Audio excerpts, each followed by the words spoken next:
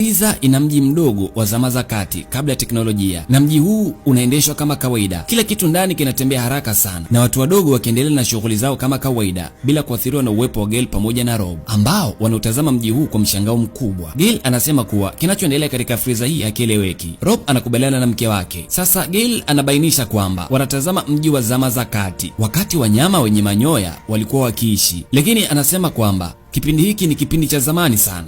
Sasa Rob hajui mambo ya historia, hivyo anakubaliana tu na mke wake ili kuficha ujinga alionao. Wanaume hatukubaliki kuonekana tujui bwana.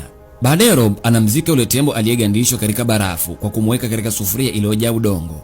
Rob anaonekana kuhuzunika kwa hilo, hivyo Gale anajaribu kuleta furaha kwa kusema kwamba pengine tembo huyo atakuwa ni mbolea nzuri. Hamu ya kujua mambo mengi katika dunia ndogo inaongezeka, na wote wawili wanakagua Frieza kwa mara nyingine tena. Kwa mshangao wao, kila kitu kimebadilika kwa kiasi kikubwa. Kile kilichokuwa mji wa zama za kati sasa ni sehemu ya kisasa mno, na ni wakati wa mapinduzi ya viwanda. Viwanda na reli zinajengwa zikifunika anga ya Frieza na moshi.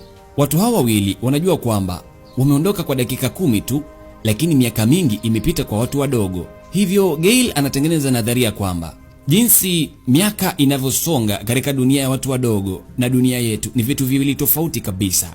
Sasa ndani ya Frieza wanashuhudia mapinduzi ya viwanda kwa kiasi kikubwa sana. Rob anakasirika kwamba hawakuona jinsi mambo yalivyobadilika.